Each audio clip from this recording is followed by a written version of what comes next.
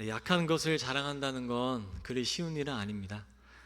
뭔가 내가 부족하다는 것, 남들 보기에 변변치 않다는 것, 뭔가 온전치 않다는 것이 예수님 안에서 자랑이 된다는 걸 우리는 말씀을 통해서든지 배워서든지 우리는 머리로는 이해할 수 있는데, 실제 삶에서 우리가 맞부딪히다 보면 약한 것을 자랑으로 여긴다는 건 부끄러움일 때가 더 많은 것이 사실입니다.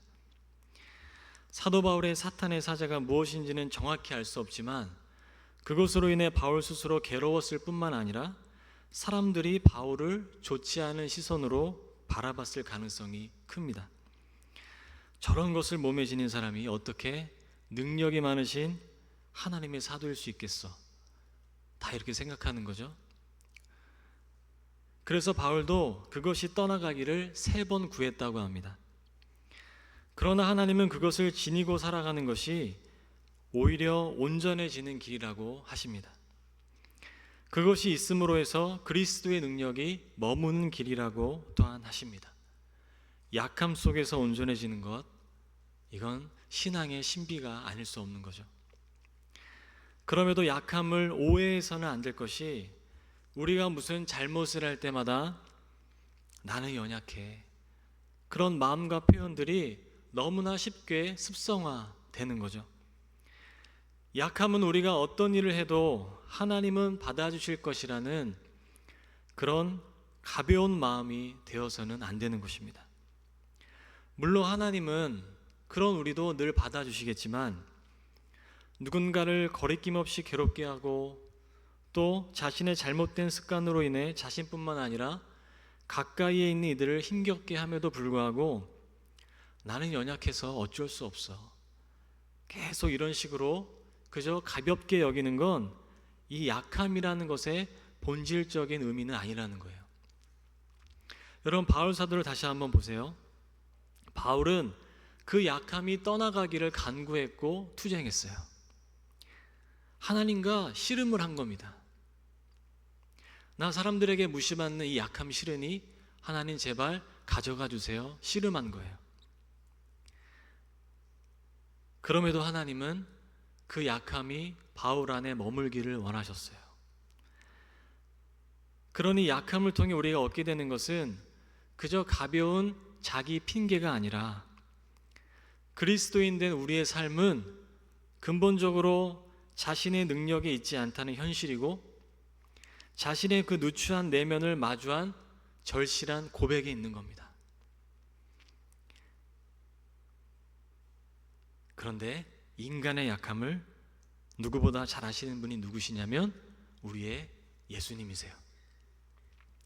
마태복음 4장을 보시면 예수님이 시험 받으시는 장면이 나와요. 필립 얀시라는 기독교 작가가 있는데, 필립 얀시는 이를 아담과 하와의 시험과 빗대어서 선악과는 너는 하나님처럼 될 수 있어 라는 시험이었다면, 두 번째 아담이신 예수님이 받으신 광야 시험은 당신은 정말 인간이 될 수 있는가 라는 시험이었다고 합니다. 그러니까 예수님은 광야에서 인간의 약함을 시험 받으세요. 돌을 빵으로 만드는 일은 하나님이신 예수님에게는 아무 일도 아니지만 예수님은 그 일을 쉽게 하지 않으십니다.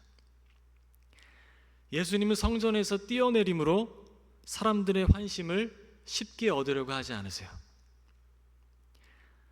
사탄의 권세에 머리를 조아리심으로 문제를 쉽게 해결하려 하지도 않으세요. 왜 그렇죠? 세상에서는 권력이라는 것이 여러 문제들을 쉽게 해결할 수 있는 수단이기에 그렇습니다. 예수님은 그렇게 하지 않으시고 그저 인간의 약함을 취하셔서 인간의 길을 걸어가십니다. 예수님이 가지신 능력으로 쉽게 구원을 이루지 않으시고 인간이라는 약함을 짊어지시고 가세요. 그런 예수님은 십자가의 짐이 버거워서 그 길을 피하시고자 몸부림치며 기도하셨습니다. 예수님은 아파하셨고 갈등하셨고 거절하셨어요. 십자가를 거절하셨어요. 예수님은. 그럼에도 불구하고 짊어지신 그 십자가를 지고 가시는 내내 사람들은 예수님을 조롱했고, 십자가에 달리셨을 때는 비참한 죄인의 모습이셨습니다. 예수님이 가장 약해지셨던 십자가는 하나님이 구원을 이루시는 그런 신비스러운 순간이 되었어요.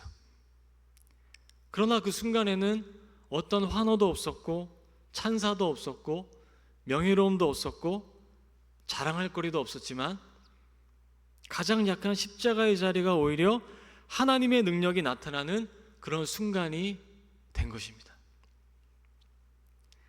초대교회는 찬가를 부르며 그런 예수님을 드높였어요. 우리가 잘 아는 빌립보서 2장 6절에서 11절을 제가 새한글 성경을 한번 읽어드리겠습니다. 예수님은 하나님의 모습을 지니셨지만 억지를 쓰지 않으셨네. 하나님과 동등하게 되시는 것에 오히려 자신을 비우셔서 종의 모습을 취하셨네. 사람의 모양을 띠고 태어나시니 생김새로 볼 때 여느 사람과 마찬가지셨네. 자신을 낮추셔서 죽기까지 순종하셨네. 십자가에서 죽기까지. 그래서 하나님도 예수님을 높이 높여주셨네. 예수님에게 이름을 선물하셨네. 모든 이름 위에 뛰어난 이름을. 그리하여 예수님 이름 앞에 다 무릎 꿇도록 하심이네. 하늘 위나 땅이나 땅 아래의 모든 것들이 혀 있는 사람마다 인정하도록 하심이네. 예수 그리스도께서 주님이시라고. 그리하여 하나님 아버지께 영광을 돌리도록. 아멘.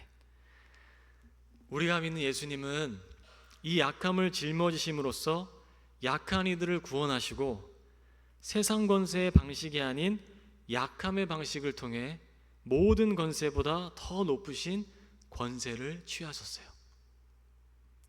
우리를 부르신 예수님이 이런 예수님이시기 때문에 바울 사도는 빌립보 교인들에게 마땅히 우리가 품어야 할 생각을 권면한 것입니다. 빌립보서 2장 1에서 5절을 역시 새한글 성경으로 제가 읽어드리겠습니다. 그러므로 그리스도 안에서 여러분이 용기를 얻고 사랑의 위로를 받고 성령님이 이루시는 사귐을 가지고 서로 가엾게 여기거나 애처롭게 여기는 마음을 품고 있다면, 그렇다면 여러분은 내 기쁨을 완전하게 해주십시오. 같은 것을 생각하고 같은 사랑을 품고 같은 마음이 되고 같은 목적을 생각함으로써요. 무슨 일이든지 이기적인 야망이나 분수에 넘치는 헛된 생각에 기초해서 하지 마십시오. 도리어 서로 낮은 자세로 다른 사람이 자신보다 더 위에 있다고 여기십시오. 여러분은 저마다 자신의 일에만 마음 쓰지 말고 저마다 다른 사람의 일에도 마음 써 주십시오. 여러분은 서로 이 생각, 곧 그리스도 예수님 안에도 있던 생각을 품으십시오. 아멘. 우리가 이 살아가는 세계가 왜 점점 더 서로에게 안식처가 되어지지 못하는 것처럼 여겨질까요? 약함이 구원이 되는 신비에 관심이 없거나 그 가치를 상실했기에 그런 것만 같습니다. 어느 나라이든지 기업이든지 심지어 교회조차 이 약함보다는 더 강해지고 더 많은 영향력을 끼치는 것에 관심이 많은 것만 같아요. 때로는 교회가 더 앞장서서 사단이 광야에서 예수님을 유혹했던 방식을 따라가는 것처럼 보여지기도 합니다.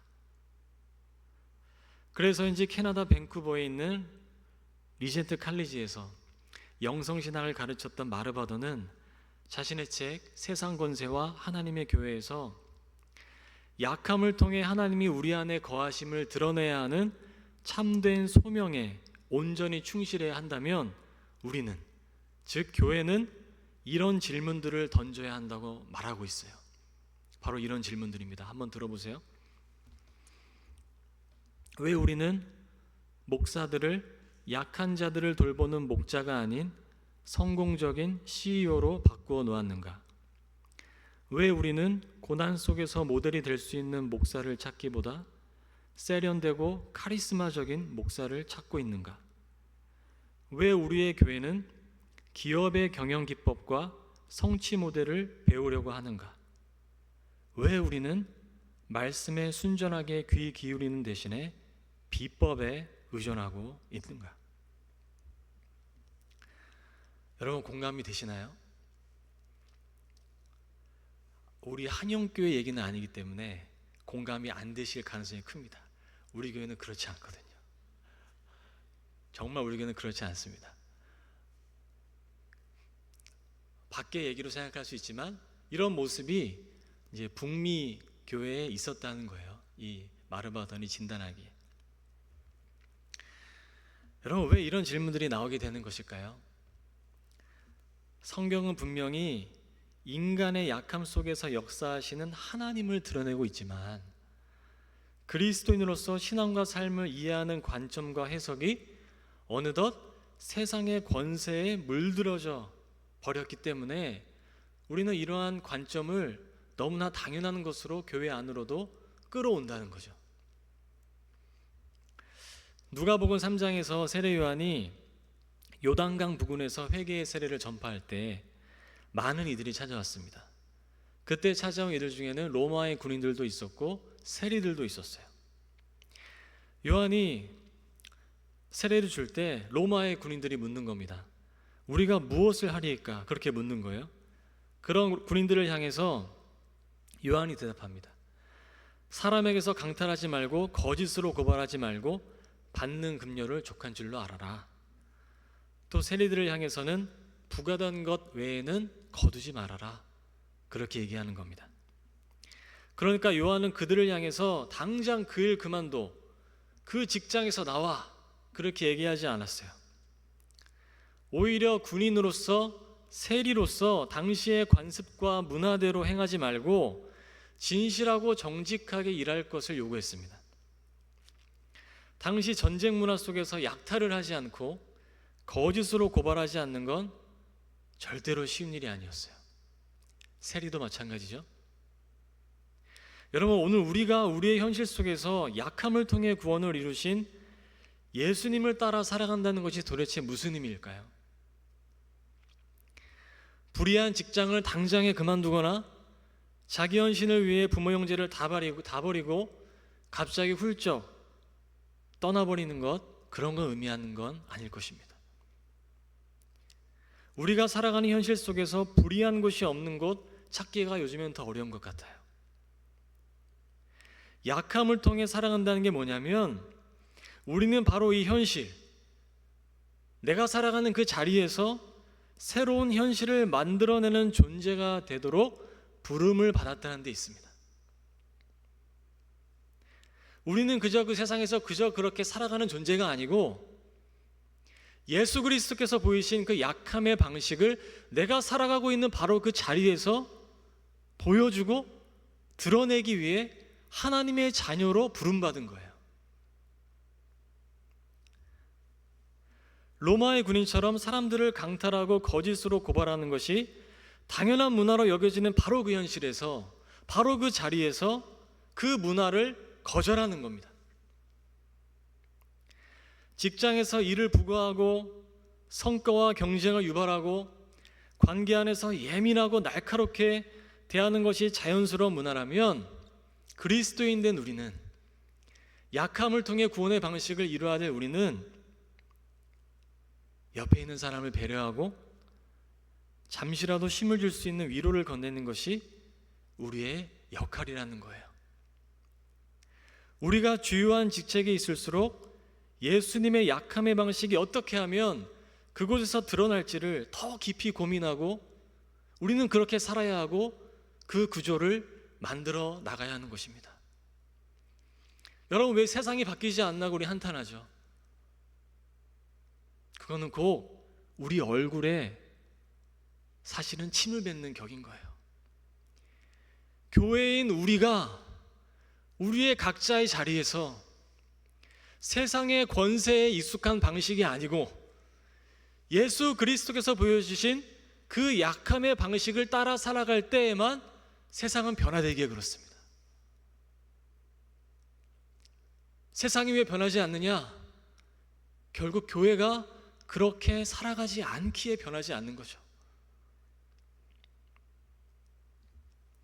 오로지 대학 입시를 위해 존재하는 시절을 보내야 하는 학생들에게 우리가 지난 오후에 강의를 들었지만 가정에서 학원에서 과연 이 아이들의 삶의 이유가 무엇인지, 도대체 왜 공부해야 하는지, 명문대에 가지 않아도 1등을 하지 않아도 하나님이 이 아이를 위한 놀라운 계획을 가지고 있음을 우리는 계속해서 알려주고 격려해 줘야 하는 겁니다.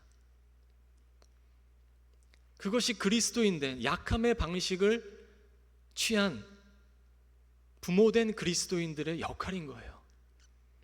그래야 그 가정 안에 하나님 나라가 세워지는 겁니다. 제가 지금 잘해서 말씀드리는 걸까요? 절대 아닙니다. 매일 저는 주일마다 너 교회 안 가니, 예배 안 가니 그렇게 싸우고 있어요. 하지만 그 아이에게서 희망을 봐야죠. 지금은 연약해도 하나님이 이 아이를 향한 놀라운 계획을 가지고 있음을 믿음으로 바라봐야 되잖아요. 너 커서 뭐가 될 거야 라는 말로 아이들을 계속 위축시키는 것이 아니고 제 얘기하고 있는 겁니다. 지금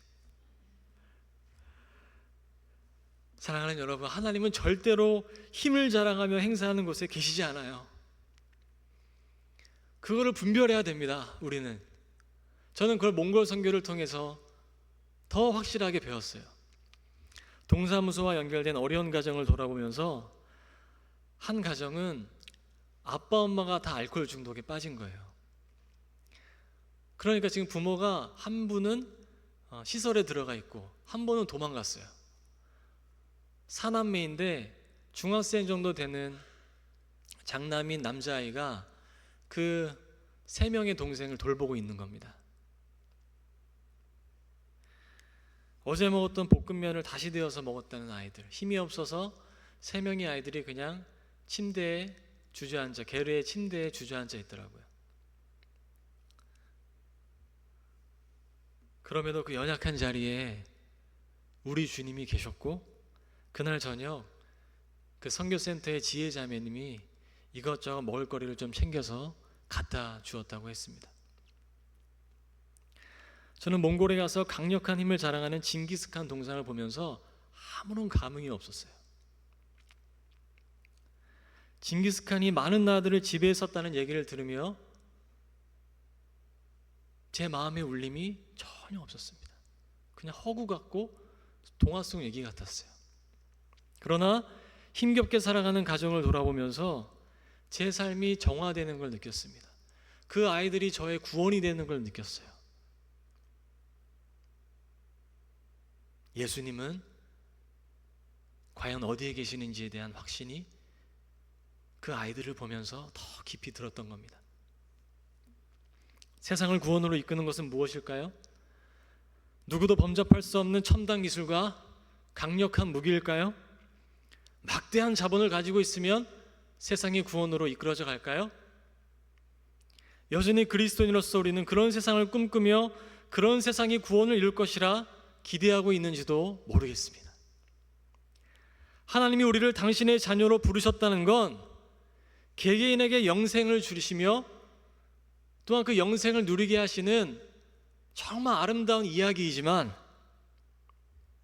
하나님은 또한 우리를 이 땅에서 일종의 싸움을 위한 군사로 부르셨음도 분명합니다. 그 싸움은 이 땅의 방식이 아니라 예수님이 보이신 약함의 방식으로, 강악하고 강탈하는 방식이 아니라 누구도 함부로 대하지 않는 그 사랑의 방식으로 악한 권세를 무너뜨리는 새로운 싸움의 기술이에요. 우리는 바로 이 싸움을 위해 이곳에 모여 준비하라고 하나님이 부르신 겁니다. 우리가 기도하는 이유는 저 밖에서 싸우기 위함이에요. 우리가 기도하는 이유는 저 밖에서 주님의 자녀로, 주님의 군사로 이 세상 가운데 나의 생명과 사랑을 좀 전해달라고 말씀하시는 그 주님의 기대가 있기에 우리는 이곳에 모여서 찬양하며 기도하고 준비하고 훈련하는 겁니다. 그 역할을 위해 우리는 부름받은 거예요.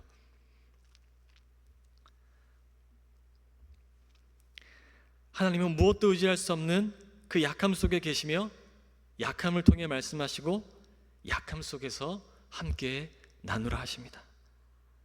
그러니 이제 바울 사도는 자신이 겪는 모든 약함의 자리가 더 이상 부끄러움이 아니에요. 오히려 하나님이 함께 하시는 자리가 되는 겁니다. 우리가 10절의 말씀 함께 읽어보겠습니다. 10절의 말씀입니다. 시작.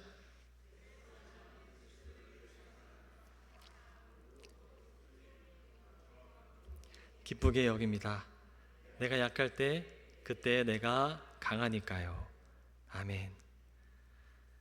주님의 부르심을 받은 존귀한 교회 여러분, 하나님이 약함을 통해 일하심을 안다면 우리는 타인의 약함도 받아들일 수 있습니다. 타인의 약함이 곧 나의 약함이기에 그렇습니다. 그렇게 우리 주님은 당신의 약함으로 우리를 구원하시고 그 약함 속에서 서로를 긍휼히 여기며 사랑하도록 부르셨습니다. 마치 숨어 계시는 듯한 하나님은 약함 속에서 서로를 긍휼히 여기는 자리에는 선명하게 살아계십니다. 그렇게 주님이 살아계시는 우리의 공동체가 되기를 간절히 소망합니다. 이 시간 함께 찬양하겠습니다.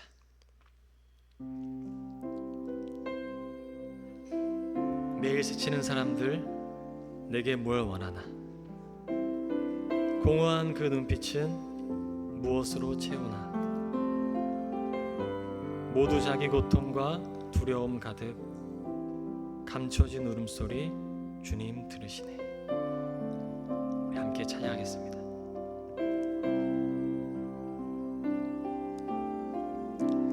매일 스치는 사람들 내게 무얼 원하나, 공허한 그 눈빛은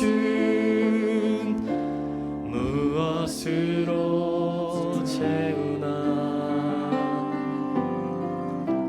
모두 자기 고통과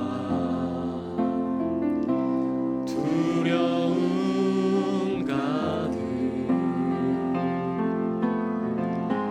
감춰진 울음소리 주님 들으시네.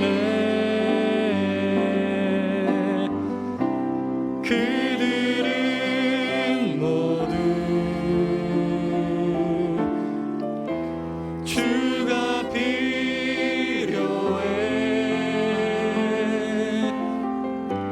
깨지고 상한 마음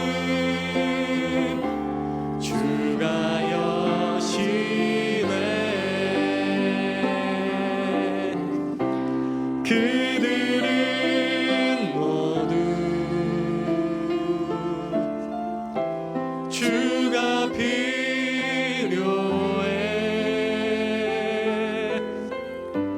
모두 알게 되리 사랑의 주님. 캄캄한 세상에서,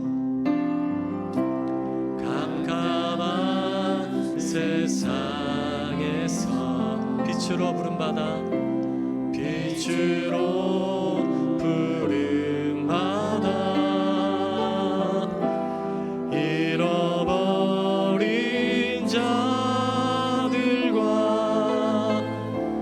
나누라고 하시네. 주의 사랑으로만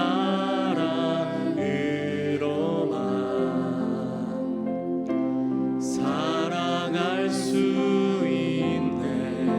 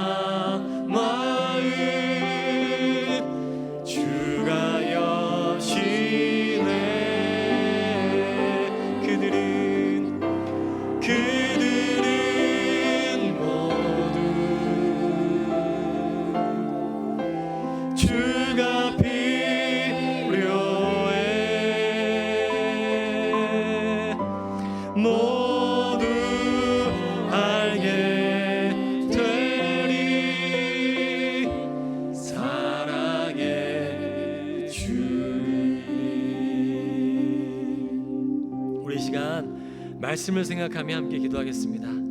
이 시간 말씀 안에서 자신을 돌아보며 한번 기도할까요?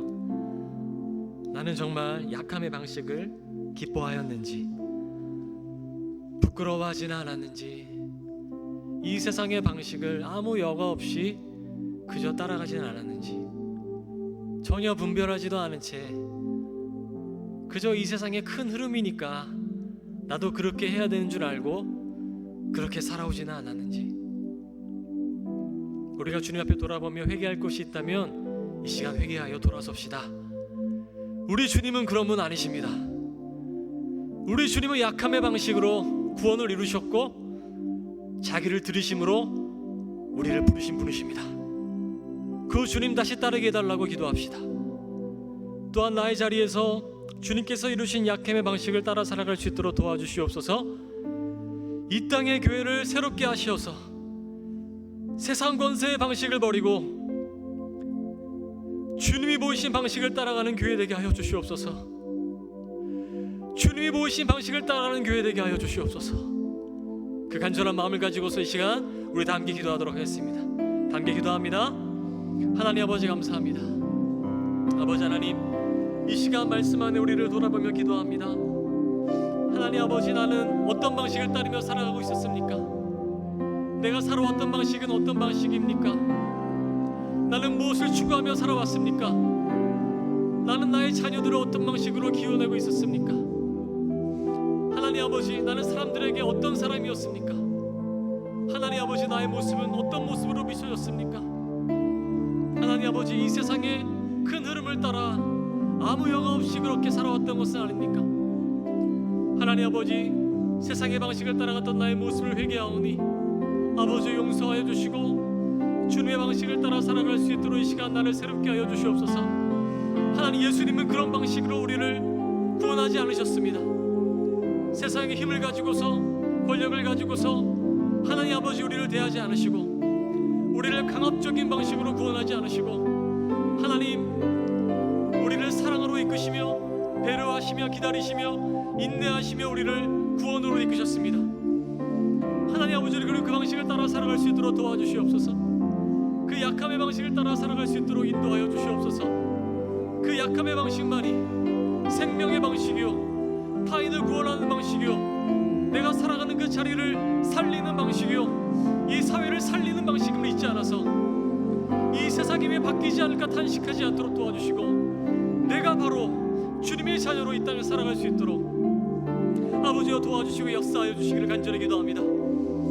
주여 인도하여 주시옵소서. 교회된 나를 새롭게 하여 주시옵소서. 교회된 나를 변화시켜 주시옵소서. 교회된 내가 이 땅 가운데서 올바르게 살아갈 수 있도록 주여 도와주시고 인도하여 주시기를 간절히 원합니다. 하나님 아버지, 이 땅의 교회를 위해서 기도하오니 주여 이 땅의 교회를 긍휼히 여겨주셔서 세상 권세 따라가지 않도록 도와주시고, 하나님 아버지 오직 주님의 방식을 따라가는 교회 되어져서 하나님 세상의 빈자를 듣고 손가락질 받는 우리의 교회 가운데 다시금 하나님 주님의 방식을 따라감으로 말미암아 온전히 예수 그리스도를 드러내는 교회, 생명 되신 주님을 나타내는 교회, 예수 그리스도를 자랑하는 교회 될 수 있도록 아버지여 도와주시고 인도하여 주시옵소서. 하나님, 우리의 힘으로는 변화될 수 없습니다. 우리의 습성으로는 변화될 수 없습니다. 하나님 아버지, 우리는 또다시 무너지고 하나님 아버지 또다시 잘못된 방식을 따라 살아가는 우리들입니다. 주여 도와주셔서 날마다 우리를 변화시켜 주시고 우리가 날마다 분별할 수 있도록 도와주시고 그 주님을 따라 살아갈 수 있도록 주여 역사하여 주시고 인도하여 주시옵소서. 생명 되신 주님을 따라 살아갈 수 있도록 도와주시옵소서. 아버지, 우리 가운데 함께 하시기를 간절히 기도합니다. 우리가 시간 교회를 위하여 열세 기도할 때